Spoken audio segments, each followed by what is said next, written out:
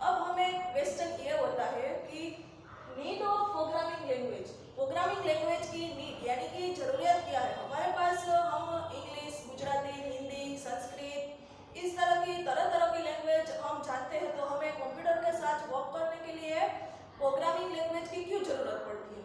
ठीक है, अब जब हमारे पास इंग्लिश और गुजराती है तो उसका जो कोई एक सेंटेंस होता है उसके पास वन और उससे ज्यादा मीनिंग होता है। ठीक है, कोई एक सेंटेंस हमने लिखा हुआ है तो उसका एक से ज्यादा मीनिंग हो सकता है।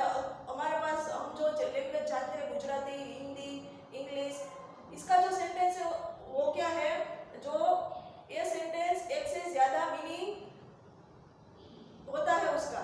ठीक है, इसलिए हमें कंप्यूटर के साथ वर्क करने के लिए एक स्पेशल लैंग्वेज की जरूरत पड़ती है। तो आज आप कौन सी लैंग्वेज लर्न करेंगे, कौन सी लैंग्वेज के बारे में देखेंगे, सी लैंग्वेज। ठीक है, अब कंप्यूटर के साथ हमें वर्क करने के लिए कोई एक पर्टिकुलर लैंग्वेज की जरूरत पड़ती है। ठीक है, कंप्यूटर हमारी लैंग्वेज यानी कि वो गुजराती, हिंदी कंप्यूटर वो नहीं समझता। कंप्यूटर सिर्फ बाइनरी यानी मशीन लैंग्वेज ही समझता है।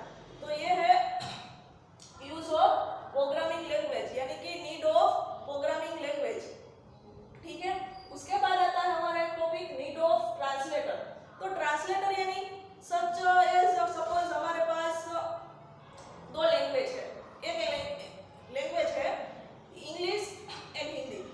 ठीक है, मैं इंग्लिश जानती हूँ, आप हिंदी जानते हो, तो हमारे बीच कन्वर्सेशन होने के लिए, बातचीत होने के लिए क्या होना चाहिए, एक ट्रांसलेटर। यानी मैं जो इंग्लिश में बोलूँ वो आपको हिंदी में ट्रांसलेट कर दे और आपको बताए।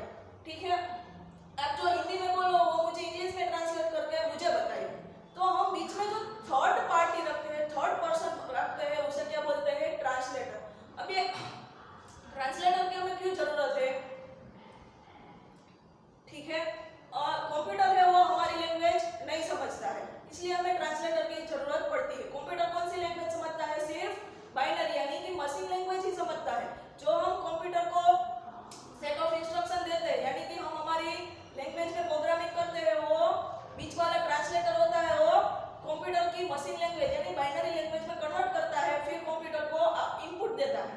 अब कंप्यूटर क्या करता है, इस इनपुट पर वर्क करके यानी कि प्रोसेस करके उसका आउटपुट हमें देता है। बट आउटपुट कैसे देता है, पहले वो कंप्यूटर अपनी लैंग्वेज में यानी कि अपनी जो लैंग्वेज जानता है मशीन और बाइनरी लैंग्वेज, उसमें ट्रांसलेटर को कन्वर्ट करता है, ट्रांसलेटर को देता है। वो उसका जो आउटपुट है, हमने जो इनपुट डाला उसका आउटपुट है वो किसे देता है, पहले ट्रांसलेटर को। अब ट्रांसलेटर फिर से क्या करता है, हमारी लैंग्वेज यानी कि कोई भी गुजराती, हिंदी और इंग्लिश, इसमें कन्वर्ट करके वो आउटपुट हमें दिखाता है, इसलिए हमें आउटपुट समझ आता है।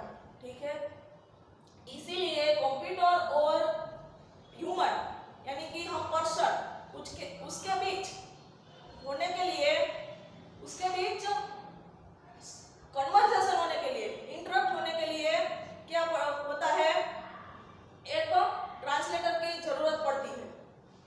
ठीक है, तो ये है हमारा नीड ऑफ प्रोग्रामिंग लैंग्वेज यानी कि प्रोग्रामिंग लैंग्वेज की हमें क्यों जरूरत है, एंड नीड ऑफ ट्रांसलेटर। ठीक है, उसके बाद हमारे पास एक टॉपिक आता है कैरेक्टरिस्टिक ऑफ सी प्रोग्राम। ठीक है,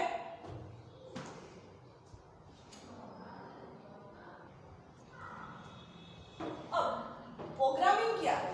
ठीक है, प्रोग्रामिंग यानी हम कंप्यूटर को step by step in return, ठीक है, जो इंस्ट्रक्शन देते हैं उसे क्या बोलते हैं, प्रोग्रामिंग। ठीक है, स्टेप बाय स्टेप हम कंप्यूटर को जो इंस्ट्रक्शन देते हैं ये उसे क्या बोलते हैं, प्रोग्रामिंग। अब क्या है हमारा टॉपिक, कैरेक्टरिस्टिक ऑफ प्रोग्राम यानी कि मैंने जो कोई प्रोग्राम बनाया है उसकी कैरेक्टरिस्टिक क्या होनी चाहिए, कौन कौन से फंक्शंस उसमें होने चाहिए। ठीक है, उसके पास क्या क्या होना चाहिए, कैरेक्टरिस्टिक यानी क्या क्या उसमें होना ही चाहिए, उसे कैरेक्टरिस्टिक बोलते हैं। ठीक है, तो पहला है मेरा must end finite number of step. अब मैंने जो प्रोग्राम लिखा है उसमें तो फाइनाइट नंबर ऑफ स्टेप होने चाहिए।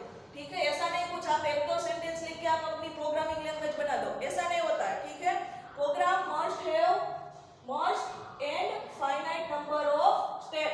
ठीक है, after finite number of step आपने लिखे, उसके बाद आपका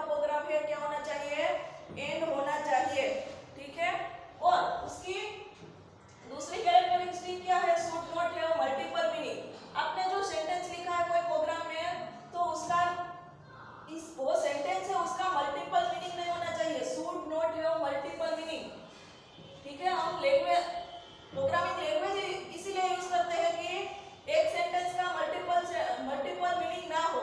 ठीक है, हमारे पास जो इंग्लिश, हिंदी, गुजराती ऐसी लैंग्वेज है उसके पास एक सेंटेंस का मल्टीपल मीनिंग हो सकता है, बट हम जो प्रोग्रामिंग सी लैंग्वेज में प्रोग्रामिंग जब करें तो वो हम जो सेंटेंस लिखे उसमें उस सेंटेंस का मल्टीपल मीनिंग नहीं होना चाहिए, otherwise our language is not valid. ठीक है, उसके बाद थर्ड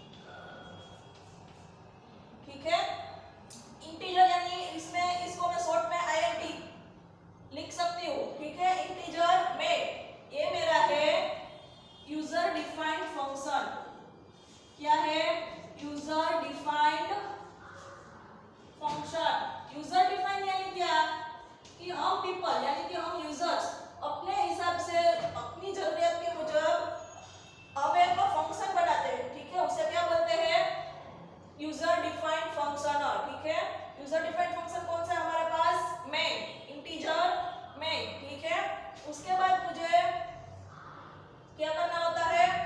कर्ली ब्रैकेट्स, ठीक है। इसे क्या बोलते हैं? स्टार्टिंग कर्ली ब्रैकेट्स, ठीक है। इन स्टार्टिंग कर्ली ब्रैकेट्स उसके बाद हमें क्या लिखना होगा? एक और फंक्शन आता है CLR SCR, ये फंक्शन की साइन है, ठीक है। राउंड ब्रैकेट्स यानी ये फंक्शन बोला जाता है। और इन main functions in curly within curly starting curly brackets and closing curly brackets, जो भी सेंटेंस आप लिखो वो सेंटेंस सेमीकोलन से एंड होता है, ठीक है। तो मेरा फंक्शन से ये सेमीकोलन से खत्म हो गया, ठीक है। CLR SCR उसका मतलब क्या है? Clear screen, clear screen. CLR SCR clear screen का मतलब क्या है? कि आपने आगे जो भी प्रोग्राम सेव किया है, ठीक है, सी का, उसका आउटपुट फिर से आपको अपनी जो दूसरा प्रोग्राम बना है उसमें दिखाई ना दे, इसलिए पहले जो आउटपुट है पहले प्रोग्राम का उसको क्लियर करने के लिए ये फंक्शन आता है CLR SCR, ठीक है। उसके बाद अब मुझे क्या करना है? प्रिंटफ। प्रिंटफ यानी ये इसका यूज क्या है? मुझे कुछ प्रिंट करवाना है। फॉर एग्जांपल मुझे मेरा नाम प्रिंट करवाना है, हेलो वर्ल्ड ऐसा कुछ प्रिंट करना है, तो मैं क्या कौन सा फंक्शन यूज करूंगी? प्रिंटफ, ठीक है। तो देखो मैंने जब ये प्रिंटफ फंक्शन यूज कैसे कर सकती हूँ? प्रिंटफ ऐसा लिखना है मुझे, ब्रैकेट्स के इन ब्रैकेट्स डबल कोट्स में लिखना है। फॉर एग्जांपल मैंने लिखा हेलो, मेरा ब्रैकेट्स खत्म, ठीक है। दो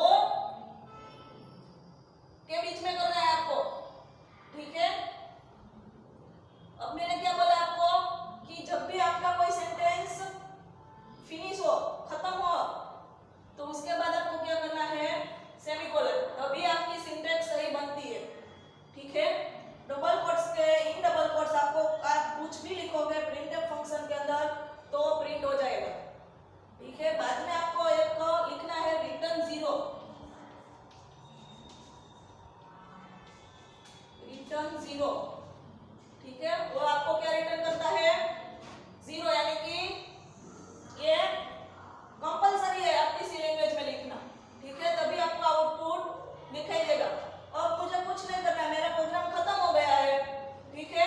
तो मैं क्या करती हूँ? ये ब्रैकेट जो मैंने ओपन किया था उसे क्लोज कर देती हूँ। आया समझ में? ठीक है। तो ये आपका सिंपल प्रिंटफ वाला प्रिंटफ फंक्शंस का यूज वाला प्रोग्राम था। इसमें ये जो फंक्शन है मैं इसे बोलते हैं यूजर डिफाइंड फंक्शन, यानी हम यूजर अपने नीड यानी कि अपनी जरूरत के हिसाब से बनाते हैं, ठीक है। अब ये जो वाला फंक्शन है, ये फंक्शंस प्रिंटफ फंक्शंस, उसे बोलते हैं इनबिल्ट फंक्शन,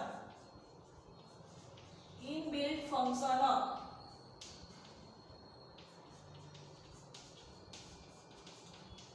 और दूसरा बोलते हैं लाइब्रेरी फंक्शन, ठीक है। लाइब्रेरी फंक्शन यानी हमारे जो हेडर फाइल इंक्लूड कर रहे हैं वो हमारी क्या है? लाइब्रेरी। हेडर फाइल यानी सबसे पहले हेडर में मुझे इंक्लूड करवानी, इसलिए इसे हेडर फाइल बोलते हैं, ठीक है।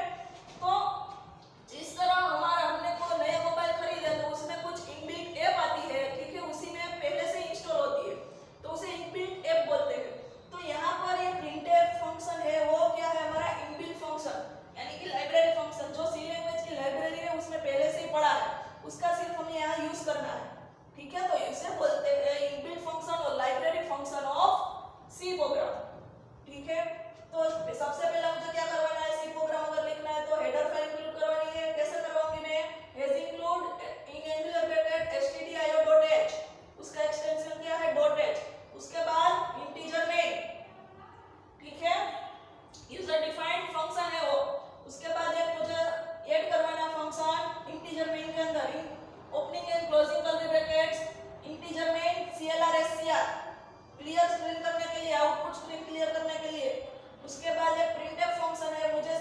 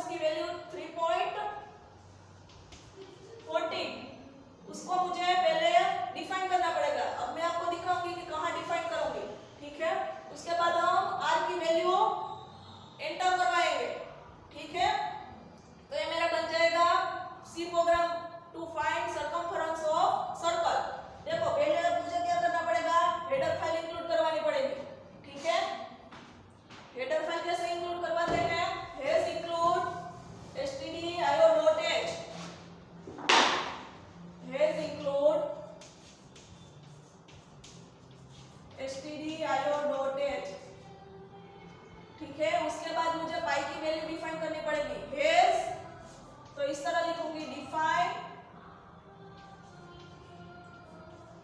इस तरह लिखूंगी पाई, इसकी वैल्यू क्या है 40, यानी कि 3.40। मैं जहां भी पी है यानी पाई लिखूंगी वो उसकी वैल्यू क्या लेगा 3.40, ठीक है। अब मुझे क्या करना पड़ेगा, मेन फंक्शंस मेरा इंटीजर मेन, ठीक है। उसके अंदर CLR SCR स्क्रीन को क्लियर करने के लिए अब मुझे दो वेरिएबल लेने पड़ेंगे। कौन सा, सरकमफेरेंस एंड रेडियस, ठीक है। सरकमफेरेंस हमारा जो रिजल्ट है उसमें स्टोर होगा और रेडियस को हमें एंटर करवाना पड़ेगा, ठीक है। तो मैं क्या लेती हूँ फ्लोट, फ्लोट यानी पॉइंट में मुझे डालनी है वैल्यू अगर रेडियस की, तो उसके आगे मुझे क्या लिखना पड़ेगा फ्लोट रेडियस, और दूसरा लेती हूँ सरकम, इस तरह का सरकमफेरेंस भी आप ले सकते हो। अगर यहाँ पे आपने सिर्फ सरकम लिखा है तो आगे जब उसका यूज हो जहां भी ये वर्ड लिखना पड़े तो आपको सरकम ही लिखना पड़ेगा। यहाँ जो आपने फ्लोट लिया है यानी कि जिस तरह लिया है उस तरह ही आपको आगे उसका यूज जब हो तो लेना पड़ेगा, ठीक है। अब क्या होगा, सेमीकोलन आएगा सेंटेंस को खत्म करने के लिए, ठीक है। अब मुझे क्या प्रिंट करवाना है, फॉर एग्जांपल प्रिंट, तो प्रिंट के लिए प्रिंट है in double quotes enter value of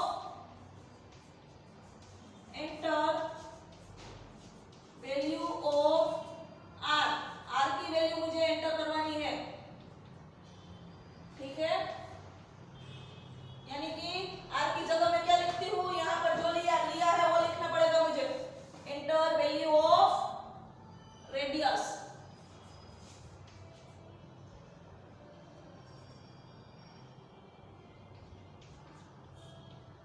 sentence मेरा खत्म, ठीक है।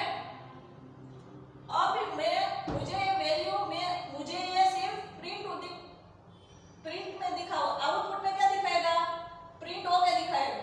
अगर मुझे वैल्यू एंटर करवानी है मेरे हिसाब से, मैं जो भी डालूंगा मुझे मेरे इक्वेशन में यूज करनी है, तो उसके लिए एक फंक्शन है scanf, यहाँ पर फ्लोट लिया है तो परसेंटेज f आएगा, परसेंटेज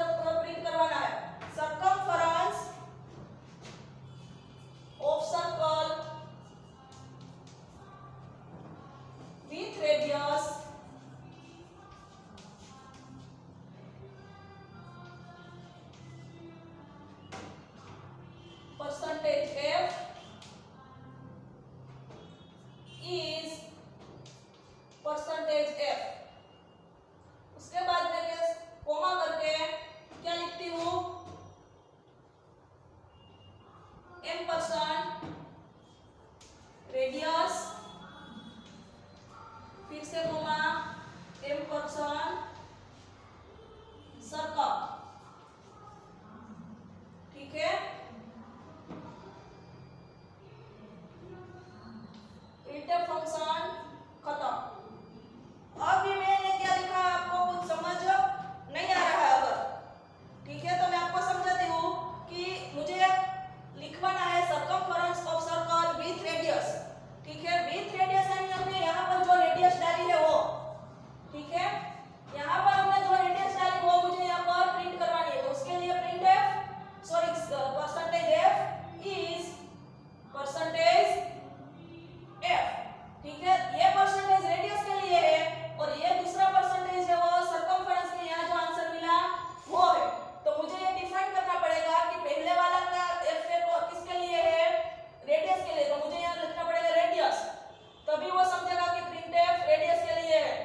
और जो मुझे आउटपुट मिला सर्कमफरेंस का ये मैंने यहाँ लिखा, तो तभी समझेगा कि ये परसेंटेज एफ है वो सर्कमफरेंस के लिए है, ठीक है। ये हो गया मेरा आउटपुट प्रिंट। बाद में मुझे क्या करना है, लिखना है रिटर्न 0 और मेरा कर्ली ब्रैकेट क्लोज, ठीक है। तो ये बन गया मेरा सर्कमफरेंस फाइंड करने के लिए सी लैंग्वेज में प्रोग्रामिंग, ठीक है। देख लो एक तरफ इस तरफ और एक बार समझ लो अच्छे से।